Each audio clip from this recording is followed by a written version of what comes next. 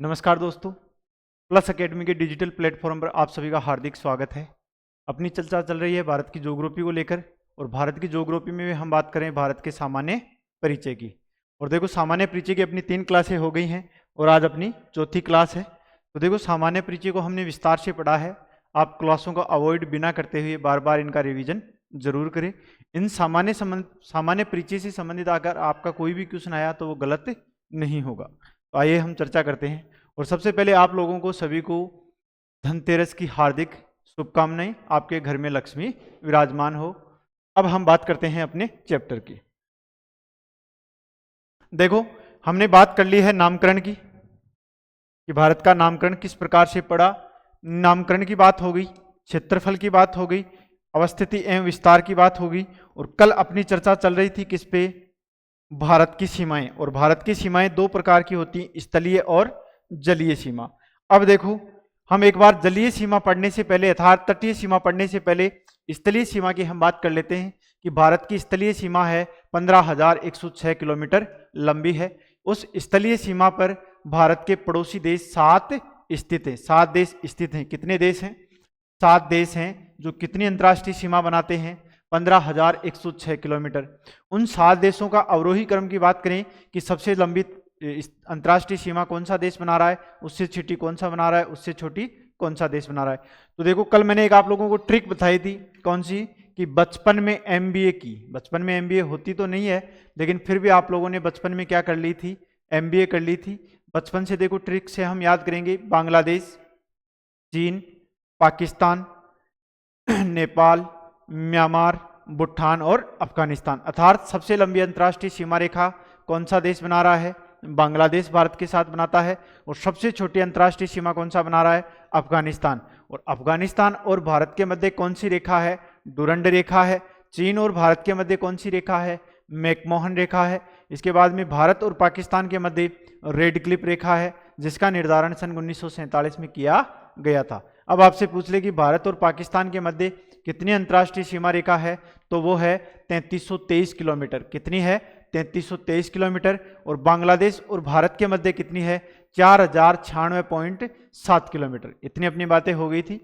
अब हम बात करें इसके बाद में। देखो, हमने और चर्चा की थी कि ऐसा कौन सा केंद्र शासित प्रदेश है भारत का जो 3 देशों के साथ सीमा बनाता है। तो ऐसा कौन सा है? लद्दाख है, जो पाकिस्तान, अफगानिस्तान और चीन के साथ सीमा बनाता है। इसके बाद में भारत के 3 ऐसे राज्य हैं जो 3 देशों के साथ सीमा बनाते हैं। और भारत के 2 ऐसे राज्य हैं जो कितने देशों के साथ सीमा बनाते हैं? भारत के 3 ऐसे राज्य हैं जो 2-2 देशों के साथ सीमा बनाते हैं।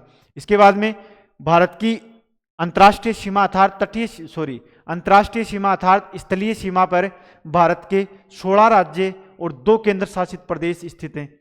इसके बाद में देखो, 6 देश तो 3-3 देशों के साथ बना रहे हैं, 3 राज्य तो, और 3 राज्य 2-2 देशों के साथ बना रहे हैं। इसके बाद में जो 10 राज्य बच गए वो भारत के अन्य देशों के साथ एक देश के साथ क्या बनाते हैं? अंतर्राष्ट्रीय सीमा रेखा बनाते हैं।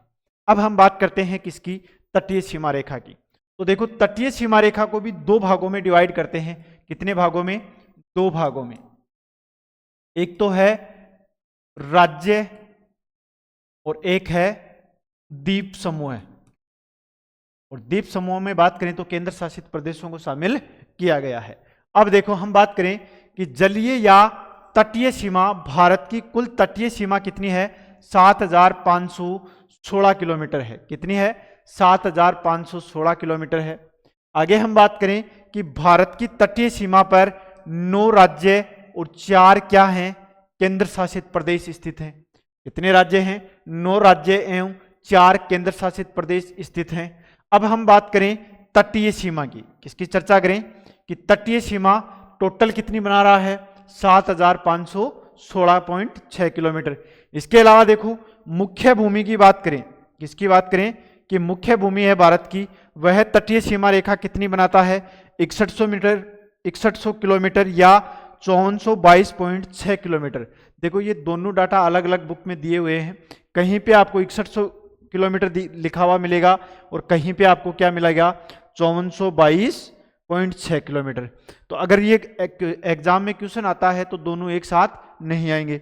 इसके बाद में देखो, द्वीप समूह की कितनी तटीय सीमा रेखा है? द्वीप समूह की 94 किलोमीटर तटीय सीमा रेखा है। जैसे लक्षद्वीप बनाता है और लक्षद्वीप के अलावा अंडमान निकोबार द्वीप समूह क्या बना रहे हैं, तटीय सीमा रेखा बनाते हैं। तो देखो इतना ध्यान रखना है कि भारत के 9 राज्य और 4 केंद्र शासित प्रदेश तटीय सीमा रेखा पर स्थित हैं और भारत की कुल तटीय सीमा रेखा कितनी है, 7516.6 किलोमीटर। इसका स्क्रीनशॉट ले लो फटाक से, आगे बात करते हैं। आगे आ जाओ। तटीय सीमा पर स्थित राज्य एवं केंद्र शासित प्रदेश, अभी मैंने बात की कि कितने राज्य हैं, 9 राज्य, और कितने केंद्र शासित प्रदेश हैं, 4 केंद्र शासित प्रदेश हैं। सबसे पहले बात करेंगे हम पश्चिमी तट की। भारत के किस तट की बात करेंगे, पश्चिमी तट की बात करेंगे। तो देखो भारत के पश्चिमी तट पर उत्तर से दक्षिण की ओर चलेंगे हम तो गुजरात स्थित है, महाराष्ट्र स्थित है, गोवा स्थित है, कर्नाटक स्थित है और क्या है, केरल स्थित है। इसके बाद में एक केंद्र शासित प्रदेश स्थित है, वो कौन सा है, दमन द्वीप। तो अपने पश्चिमी तट पर कितने हो गए, 5 राज्य और एक केंद्र शासित प्रदेश स्थित है। इसके बाद में बात करें पूर्वी तट की कि भारत के पूर्वी तट पर कौन कौन से राज्य व केंद्र शासित प्रदेश स्थित हैं। तो देखो पूर्वी तट पर है पश्चिमी बंगाल स्थित है, उड़ीसा स्थित है, आंध्र प्रदेश स्थित है, इसके बाद में तमिलनाडु स्थित है और एक अपना केंद्र शासित प्रदेश स्थित है। क्या स्थित है, एक केंद्र शासित प्रदेश है, कौन सा, पुदुचेरी। इसके बाद में देखो केंद्र शासित प्रदेश और गुजरात मुख्य राज्यों के अलावा 2 द्वीप समूह केंद्र शासित प्रदेश हैं जो जल में स्थित हैं, जिनमें एक तो आता है अंडमान निकोबार द्वीप समूह है और एक कौन सा आता है, लक्षद्वीप। क्या आता है, लक्षद्वीप। तो देखो 4 केंद्र शासित प्रदेश हो गए, अंडमान निकोबार द्वीप समूह, लक्षद्वीप, दमन द्वीप और एक क्या आ गया, पुदुचेरी। तो 4 जो केंद्र शासित प्रदेश हैं इनमें सबसे लंबी अंतर्राष्ट्रीय सीमा रेखा तटीय सीमा रेखा कौन बना रहा है, अंडमान निकोबार द्वीप समूह है, और सबसे छोटी कौन सा बना रहा है, लक्षद्वीप। इसके बाद में मैं राज्यों की बात करूं कि राज्यों में सबसे लंबी तटीय सीमा रेखा कौन सा बनाता है, तो 1 नंबर पे आता है सबसे लंबी बनाने वाला गुजरात, और सबसे छोटी जो तटीय सीमा रेखा बनाता है वो कौन बनाता है, गोवा। आगे हम बात करें कि देखो मैप में इसकी हम चर्चा करें तो जैसे मान लो यहां से तटीय सीमा रेखा प्रारंभ होती है और यहां तक आती है, कहां तक, पश्चिमी बंगाल तक है। तो यहां से 1 नंबर पे है गुजरात, 2 नंबर पे है महाराष्ट्र, 3 नंबर पे है गोवा, 4 नंबर पे है कर्नाटक, 5 नंबर पे है केरल, ये, और यहां पर है दमन द्वीप केंद्र शासित प्रदेश। पश्चिमी तट की बात कर रहे हैं तो ये दमन द्वीप है, और यहां पर है क्या, लक्षद्वीप। कौन सा है, लक्षद्वीप। ये तो पश्चिमी तट की बात होगी। इसके बाद में पूर्वी तट की बात करें तो पूर्वी तट में देखिए आप, यहां है 1 नंबर पे तमिलनाडु, इसके बाद में 2 नंबर पे है आंध्र प्रदेश, 3 नंबर पे है उड़ीसा और 4 नंबर पे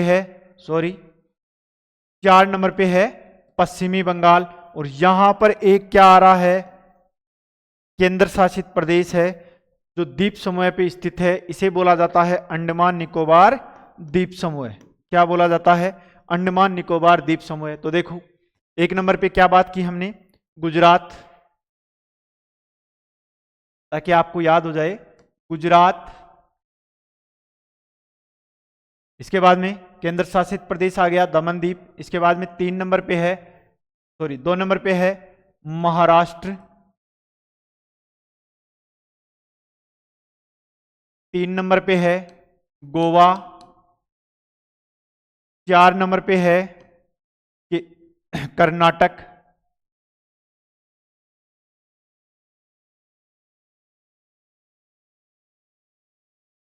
5 नंबर पे है केरल। ये तो हो गए पश्चिमी तट पे स्थित। अब पूर्वी तट की बात करें तो देखो पूर्वी तट में हम बात करेंगे, 1 नंबर पे है तमिलनाडु,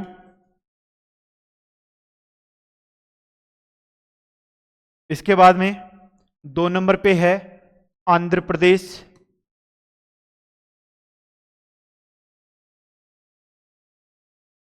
3 नंबर पे है ओडिशा और 4 नंबर पे है वेस्ट बंगाल अर्थात पश्चिमी बंगाल। अब देखो हमने 3 केंद्र शासित प्रदेशों की तो बात कर ली। एक तो कौन सा आ गया, दमनदीप, इसके बाद में लक्षद्वीप, इसके बाद में अंडमान निकोबार द्वीप समूह। अब देखो यहां तमिलनाडु की सीमा पर एक केंद्र शासित प्रदेश और स्थित है, उसे बोला जाता है पुद्दुचेरी। किस नाम से, पुद्दुचेरी। यह देखो इस पुद्दुचेरी में 4 बस्तियां हैं। कितनी बस्तियां हैं, 4 बस्तियां हैं, जिनकी आगे हम चर्चा करेंगे। और 4 बस्तियां 3 राज्यों में स्थित हैं। कितने राज्यों में स्थित हैं, 4 बस्तियां हैं पुद्दुचेरी में जो 3 राज्यों में स्थित हैं, जिनमें से 2 बस्तियां तमिलनाडु में हैं, एक आंध्र प्रदेश में है और एक कहाँ है, केरल में है, जिनकी आगे हम चर्चा करेंगे। तो देखो ये जो राज्य हैं ये तटीय सीमा रेखा बनाते हैं, जिनमें 9 राज्य और 4 क्या आते हैं, केंद्र शासित प्रदेश। 9 राज्यों की बात करें तो गुजरात बनाता है, महाराष्ट्र बनाता है, गोवा बनाता है, इसके बाद में कर्नाटक, केरल, तमिलनाडु, आंध्र प्रदेश, ओडिशा और पश्चिमी बंगाल। इसके अलावा केंद्र शासित प्रदेशों की बात करूं जो तटीय सीमा रेखा बनाते हैं, उनकी बात करें तो दमनदीप है, लक्षद्वीप है, पुद्दुचेरी है और अंडमान निकोबार द्वीप समूह है। टोटल कितनी सीमा बनाते हैं, 7516.6 किलोमीटर। इनमें भी आपसे पूछे कि सबसे ज्यादा लंबी कौन सा बना रहा है, तो सबसे लंबी अंडमान निकोबार द्वीप समूह है केंद्र शासित प्रदेशों में। और राज्यों की बात करें तो राज्यों में सबसे लंबी बनाता है कौन, गुजरात। आगे इन सबकी हम चर्चा करते हैं। तो देखो ये चीज आपके समझ में आ गई, स्क्रीनशॉट ले लो इसका। फिर हम अपने टॉपिक पे आते हैं। अब आगे आ जाओ। देखो लंबाई की दृष्टि से तटीय सीमा पर स्थित राज्य व केंद्र शासित प्रदेशों का अवरोही क्रम। मैंने अभी क्या बताया कि सबसे लंबी कौन सा बना रहा है और सबसे छोटी कौन सा बना रहा है। तो देखो सबसे छोटी में तो आपको ध्यान रखना है कि कौन सा बनाएगा, दमनदीप। सबसे छोटी कौन सा बना रहा है, दमनदीप। और सबसे लंबी कौन सा बना रहा है, अंडमान निकोबार द्वीप समूह। तो ये चीज आपको ध्यान रखनी है। देखो लंबाई की दृष्टि से इनका अवरोही क्रम है, इसको आपको ऐसे ही लिखना है, गुजरात, अंडमान निकोबार द्वीप समूह, उसके बाद में आंध्र प्रदेश, गुजरात, आंध्र प्रदेश, तमिलनाडु, महाराष्ट्र, केरल, ओडिशा, कर्नाटक, पश्चिमी बंगाल, लक्षद्वीप, गोवा, पुद्दुचेरी और दमनदीप। अब देखो इससे प्रश्न किस प्रकार आता है, या तो पूछ लेगा कि सबसे लंबी तटीय सीमा कौन सा केंद्र शासित प्रदेश बनाता है, तो कौन सा बना रहा है, अंडमान निकोबार द्वीप समूह। या आपसे पूछ लेगा कि सबसे लंबी तटीय सीमा रेखा बनाने वाला राज्य कौन सा है, तब आपका आंसर क्या हो जाएगा, गुजरात। लेकिन देखो इसमें घुमा के किस प्रकार से पूछेगा कि पूर्वी तट पर स्थित सबसे लंबी तटीय सीमा रेखा बनाने वाला राज्य कौन सा है। तो देखो पूर्वी तट की बात आए तो आपको नाम देना है आंध्र प्रदेश, पूर्वी तट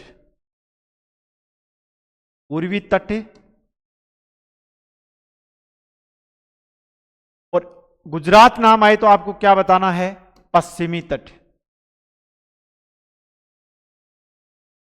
ये चीज आपको ध्यान रखनी है। इसके बाद में ये इनका अवरोही क्रम है, इसका क्या ले लो आप, स्क्रीनशॉट ले लो। आगे हम बात करें कि देखो तटीय सीमा के अलावा भारत कुछ जलीय सीमाएं और बनाता है। अर्थात देखो भारत 3 तरफ क्या है, भारत के 3 तरफ जल है, इसलिए क्या बोला जाता है, प्रायद्वीपीय भारत। अब ऐसा नहीं है कि भारत के 3 तरफ जल हो गया तो संपूर्ण जल में किसका अधिकार हो गया, भारत का हो गया, नहीं है। क्यों, क्योंकि कुछ सीमा तक ही भारत उस जल का क्या कर सकता है, उपयोग कर सकता है। उसके बाद में कुछ दूरी के बाद में जो भी जलीय राशि है अर्थात जो महासागर हैं उसमें संपूर्ण देशों का क्या है, सम्मान अधिकार पाया जाता है। तो देखो हम बात करेंगे जलीय सीमा की, अर्थात भारत की जलीय सीमा कितने प्रकार की होती है, उन सब की हम क्या करते हैं, चर्चा करते हैं। और देखो जलीय सीमा में हम लंबाई मापते हैं तो हम नॉटिकल मील में मापते हैं। किसमें मापते हैं, नॉटिकल मील में मापते हैं। और 1 नॉटिकल मील बराबर क्या होता है, 1.852 किलोमीटर होता है, अर्थात 1.8 किलोमीटर होता है। कितने नॉटिकल मील में, 1 नॉटिकल मील में। अब सबसे पहले तो बात करूं मैं कि जलीय सीमा का क्या सिस्टम है, इसकी क्या चर्चा है, उसकी हम बात करें तो देखो अपने डायग्राम पे आइए आप, इसका स्क्रीनशॉट ले लेना, फिर इसके बाद में हम चर्चा करते हैं जलीय सीमा की।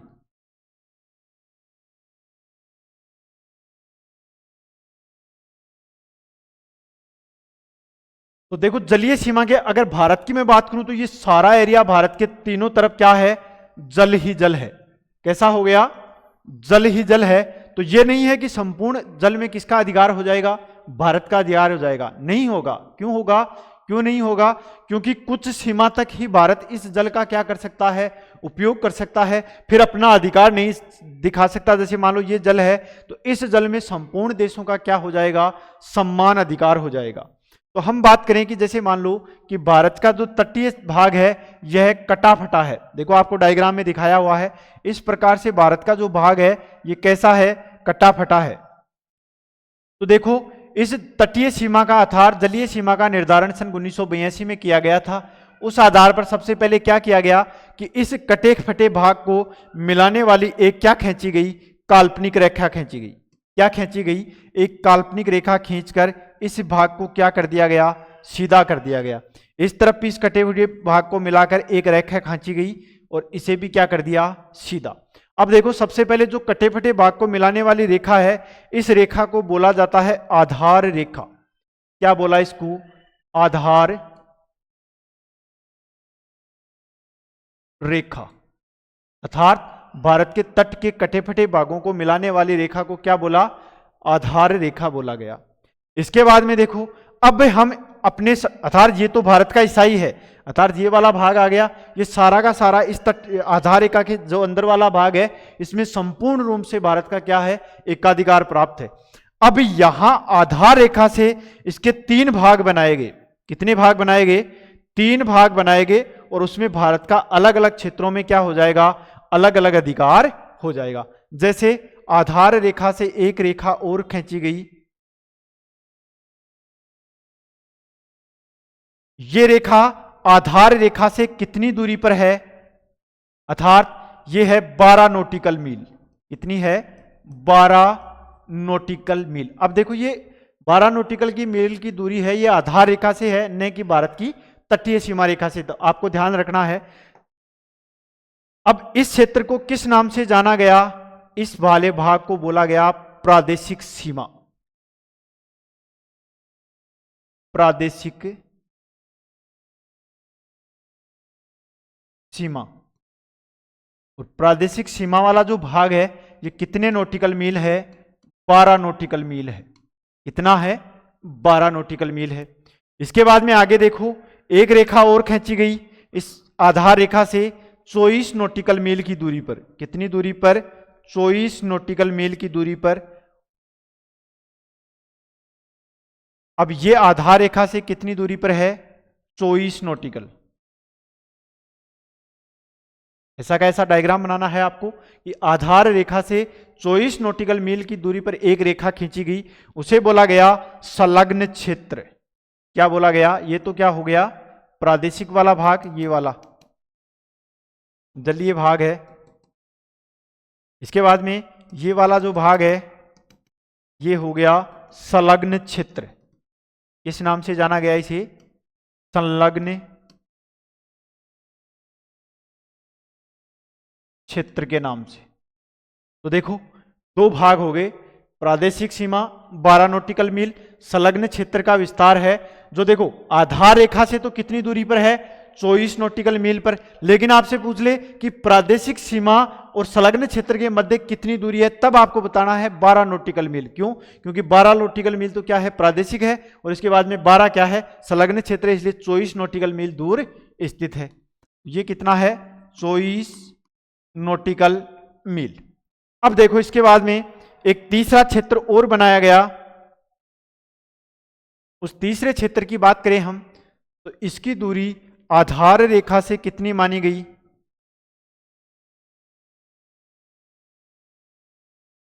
इसकी दूरी आधार रेखा से मानी गई 200 नॉटिकल मील। कितनी है? 200 नॉटिकल मील।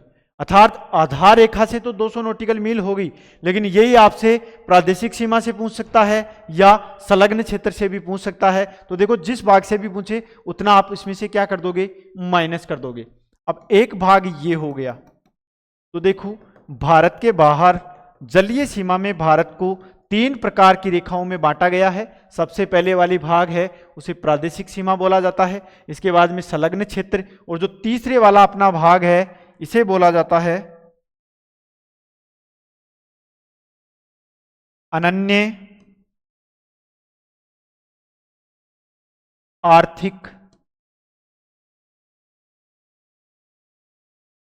क्षेत्र।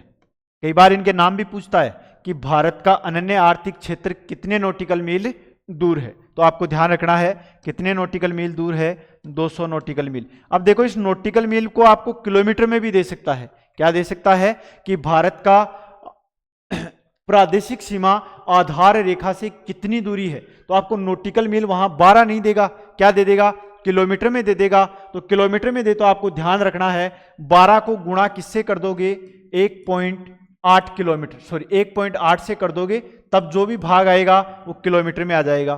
तो देखो 3 रेखाएं हैं। सबसे पहले तो हम कटे फटे तट को मिलाने वाली काल्पनिक रेखा को आधार रेखा बोलेंगे।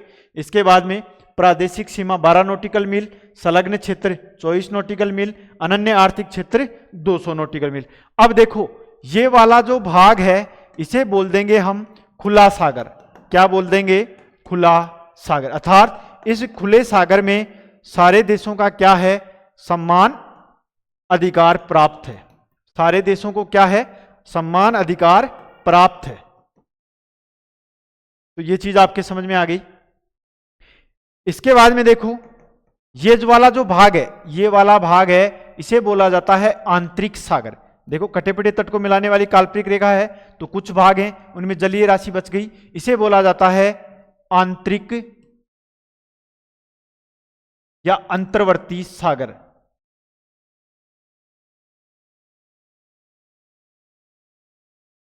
आंतरिक सागर। तो देखो ये है जलीय सीमा भारत की, जिसको 3 भागों में बांटा गया, 12 नॉटिकल मील, 24 नॉटिकल मील और 200 नॉटिकल मील। इसको बोला जाता है प्रादेशिक सीमा। किस नाम से, प्रादेशिक सीमा, संलग्न क्षेत्र और अनन्य आर्थिक क्षेत्र। अब अपने टॉपिक पे आते हैं। इसका एक बार आप डायग्राम बना लो, अच्छा सा स्क्रीनशॉट ले लो।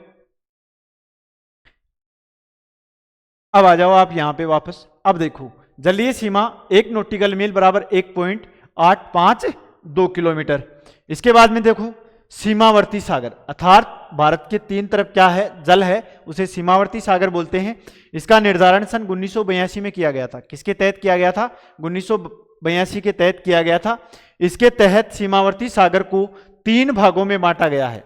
कितने भागों में बांटा गया है, 3 भागों में बांटा गया है, अर्थात भारत की बात कर रहा है। तो देखो सबसे पहले हम बात करेंगे आधार रेखा का निर्धारण किया, और आधार रेखा का क्या कार्य था, ये एक काल्पनिक रेखा है, ना कि यहां पर कोई पगडंडी या रोड डाली हुई है या कोई त्रिपाल या मतलब टेंट वेंट लगाई हुई है कि हमने क्या कर दिया, समुद्र को अपनी तरफ कर लिया, ऐसा कुछ नहीं है। तो देखो कटे फटे तट को मिलाने वाली काल्पनिक रेखा क्या कहलाती है, आधार रेखा कहलाती है। अब इस आधार रेखा से आगे वाले तो 3 भाग हैं, उनकी हम चर्चा करते हैं। सबसे पहले हम बात करें कि सीमावर्ती सागर या प्रादेशिक सीमा। सबसे पहले वाला भाग कौन सा था अपना, सीमावर्ती सागर या प्रादेशिक सीमा, जो आधार रेखा से कितना नॉटिकल मील दूर है, 12 नॉटिकल मील दूर है। अब हम बात करें कि यह क्षेत्र आधार रेखा से 12 नॉटिकल मील की दूरी तक विस्तृत होता है। कितने नॉटिकल मील की दूरी तक है, 12 नॉटिकल मील की दूरी तक विस्तृत है। इस क्षेत्र के उपयोग का भारत को संपूर्ण क्या है, एकाधिकार प्राप्त है। अर्थात इस क्षेत्र में भारत खनिजों की खोज कर सकता है, जो भी जहाज आएंगे उनसे कर वसूली कर सकता है, नए द्वीपों का क्या कर सकता है, निर्माण कर सकता है, मछुआरे यहां से क्या पकड़ सकती हैं, मछलियां पकड़ सकते हैं। अर्थात संपूर्ण अधिकार प्राप्त है। जैसे भारत की स्थलीय भाग में भारत को अधिकार प्राप्त है, वैसा ही अधिकार प्राप्त किसको है, सीमावर्ती सागर में भारत को अधिकार प्राप्त है। आगे हम बात करें दूसरे वाला जो भाग है, इसे बोला जाता है संलग्न क्षेत्र। क्या बोला जाता है, संलग्न क्षेत्र बोला जाता है। तो देखो यह कितनी दूरी पर है आधार रेखा से, 24 नॉटिकल मील। कितनी दूरी पर है, 24 नॉटिकल मील पर है। तो देखो यह आधार रेखा से 24 नॉटिकल मील की दूरी तक विस्तृत है। बिल्कुल सही बात है। इस क्षेत्र में भारत को देखो, उसमें तो क्या था, संपूर्ण अधिकार प्राप्त था, लेकिन इस क्षेत्र में भारत को क्या क्या प्राप्त है, सीमा शुल्क की वसूली कर सकता है। अर्थात अपने वाले इस संलग्न क्षेत्र से अगर कोई दूसरे देश का जहाज जा रहा है तो उससे भारत क्या कर लेगा, सीमा शुल्क या कर वसूली करेगा, या टोल नाका नहीं बोलते हैं क्या, टोल टैक्स वसूल करेगा, या वित्तीय अधिकार प्राप्त है। वित्तीय अधिकार की बात क्या होगी कि सीमा शुल्क अधिकार प्राप्त करता है। इसके बाद में तीसरे की हम चर्चा करें, इसकी चर्चा करें कि तीसरे की हम चर्चा करें, इसे यह आधार रेखा से कितनी दूरी पर है, 200 नॉटिकल मील की। कितनी दूरी पर है, 200 नॉटिकल मील की दूरी पर है। तो देखो यह आधार रेखा से 200 नॉटिकल मील की दूरी तक विस्तृत है। इस क्षेत्र में भारत को वैज्ञानिक अनुसंधान, अर्थात वैज्ञानिक यहां पर नई खोज कर सकते हैं या अनुसंधान कर सकते हैं। इसके अलावा नए द्वीपों का निर्माण तथा प्राकृतिक संसाधनों के दोहन का अधिकार भी क्या है, प्राप्त है। लेकिन यहां भारत क्या नहीं कर सकता, टैक्स वसूली या कर वसूली या टोल टैक्स वसूल नहीं कर सकता। और जो सबसे पहला है उसमें भारत को साफ सफाई का जिम्मा भी किसका है, भारत का है, कि भारत उसकी क्या करेगा, साफ सफाई करेगा। दूसरे में भी भारत अगर टैक्स वसूली कर रहा है तो भारत को दूसरे संलग्न क्षेत्र के भी साफ सफाई का क्या है, अधिकार प्राप्त है। तो देखो इसके बाद में अगला आता है उच्च सागर। क्या आ गया, उच्च सागर या खुला सागर बोलते हैं, जिसमें हाई सी सभी देशों को क्या है, सम्मान अधिकार प्राप्त है। क्या अधिकार प्राप्त है, सम्मान अधिकार प्राप्त है। अब एक चीज आपको ध्यान रखनी है कि भारत में हमने जैसे स्थिति विस्तार से आगे अपना भौतिक प्रदेश आएगा, उसमें ऊंची ऊंची चोटियों की भी हम चर्चा करेंगे। तो देखो हम किसी क्षेत्र की ऊंचाई मापते हैं, वह ऊंचाई समुद्र तल से मापते हैं। कहां से मापते हैं, समुद्र तल से मापते हैं। और समुद्र तल से मापते हैं तो भारत का ऐसा कौन सा समुद्री तल है जहां से हम किसी क्षेत्र की ऊंचाई का क्या करते हैं, निर्धारण करते हैं। तो उसकी मैं बात करूं तो देखो हम पहले मापते थे मुंबई से, अर्थात हम किसी भी क्षेत्र की ऊंचाई का निर्धारण मुंबई से करते थे। देखो भारत का मध्य समुद्र तल मापन पहले मुंबई से किया जाता था, लेकिन वर्तमान में कहां से किया जा रहा है, वर्तमान में चेन्नई से किया जाता है। कहां से किया जाता है, चेन्नई से किया जाता है। तो देखो आज हमने बात की है तटीय सीमा रेखा की। इसके बाद में नेक्स्ट की मैं बात करूं, ये अपना डायग्राम है, इसका स्क्रीनशॉट ले लो। इसके बाद में आगे आ जाओ कि भारत की तटीय सीमा है बनाने वाले प्रमुख चैनल है, अर्थात भारत के पड़ोसी देश हैं जो समुद्र में भारत के साथ क्या बनाते हैं, सीमा बनाते हैं। तो उनके बीच में जो एक सीमा रेखा का निर्धारण किया जाता है उसे किस नाम से बोला जाता है और किस किस देश के मध्य पाया जाता है। तो सबसे पहले बात करूं मैं 8 डिग्री चैनल, मोस्ट इंपॉर्टेंट है, इन सारे चैनलों को आपको याद करना है। तो देखो इसे 8 डिग्री चैनल भी बोलते हैं, 8 डिग्री जल संधि भी बोलते हैं, पास भी बोलते हैं। तो यह 8 डिग्री चैनल भारत का मिनिकॉय द्वीप है, लक्षद्वीप का एक भाग है मिनिकॉय, और मालदीव एक देश है, उसको क्या करता है, पृथक करता है। अर्थात प्रश्न इस प्रकार आ सकता है कि 8 डिग्री चैनल किन किन देशों को पृथक करता है। तो किन किन देशों को पृथक करता है, एक तो पृथक करता है मालदीव को और एक पृथक करता है भारत को। इसके बाद में अगला चैनल है 9 डिग्री चैनल। कितने डिग्री चैनल है, 9 डिग्री चैनल है। यह देखो किसी देश को पृथक नहीं कर रहा है, लेकिन लक्षद्वीप के 2 द्वीप हैं उनको पृथक करता है। एक तो मिनिकॉय द्वीप है और एक लक्षद्वीप का भाग है, लक्षद्वीप द्वीप है, इन दोनों को क्या करता है, पृथक करता है। इसके बाद में एक 10 डिग्री चैनल आता है बंगाल की खाड़ी में, यह अंडमान को किससे पृथक करता है, निकोबार से पृथक करता है। अंडमान को किससे पृथक कर रहा है, निकोबार से। अगर अगला इसी को क्वेश्चन को हार्ड बना दे तो आपको ध्यान रखना है लिटिल अंडमान, लिटिल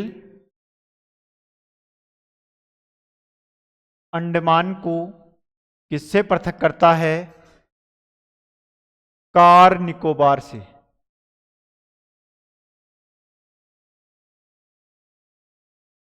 तो प्रश्न यह भी आ सकता है कि लिटिल अंडमान को कार निकोबार से पृथक करने वाला चैनल कौन सा है, तो कौन सा है, 10 डिग्री चैनल। इजी भाषा में पूछेगा तो क्या आ जाएगा, अंडमान को निकोबार से पृथक करने वाला चैनल कौन सा है, 10 डिग्री चैनल। आगे मैं बात करूं, देखो बहुत ही बार आता है पाक डल जमरू, मोस्ट इंपोर्टेंट क्वेश्चन क्या है, पाक जल डमरू, बहुत बार पूछता है। इसका नाम आ जाएगा पाक जल डमरू, पाक जल संधि, पाक चैनल। तो देखो पाक से हम कहां चले जाते हैं, पाकिस्तान में चले जाते हैं, लेकिन एक्चुअल में ये कहां पर है, यह भारत और किसके मध्य है, श्रीलंका के मध्य है। किसके मध्य है, भारत और श्रीलंका के मध्य है। और यह जल डमरू है, यह पाक की खाड़ी को, पाक की खाड़ी को किससे जोड़ता है? मन्नार की खाड़ी से। मन्नार की खाड़ी से जोड़ता है। ये चीज भी आपके समझ में आ गई। तो पाक जल डमरू को तो इंपॉर्टेंट कर लेना कि भारत और श्रीलंका के मध्य है, इन दोनों को तो पृथक करता है। लेकिन पाक की खाड़ी को मन्नार की खाड़ी से जोड़ने वाला जो चैनल है वो कौन सा है? पाक जल डमरू चैनल। इसके बाद में देखो एक आता है कोको चैनल। यह कोको चैनल है म्यांमार और भारत के मध्य। किस किस के मध्य है? म्यांमार और भारत के मध्य। तो देखो म्यांमार का तो एक चैनल है, कौन सा? कोको। कोको एक द्वीप है, किसका? म्यांमार का। इसके अलावा भारत का एक द्वीप है उत्तरी अंडमान।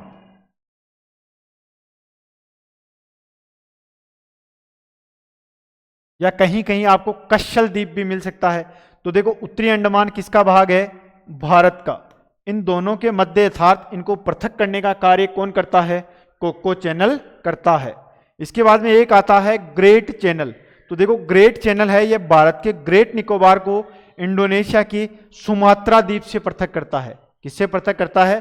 भारत के ग्रेट निकोबार को इंडोनेशिया के सुमात्रा से पृथक करता है। अब देखो ये सारे चैनल है, उनकी एक बार फिर से चर्चा होगी हमारी, किसमें? डायग्राम में हम चर्चा करेंगे और उनको वहां पर अंकित कर देंगे ताकि आपको याद रहे कि डायग्राम में देखते ही आपको पता चल जाएगा कि कौन सा चैनल किस द्वीप में है, कौन सा चैनल किस बंगाल की खाड़ी में है या अरब सागर में, कौन सा चैनल किस देशों के मध्य है।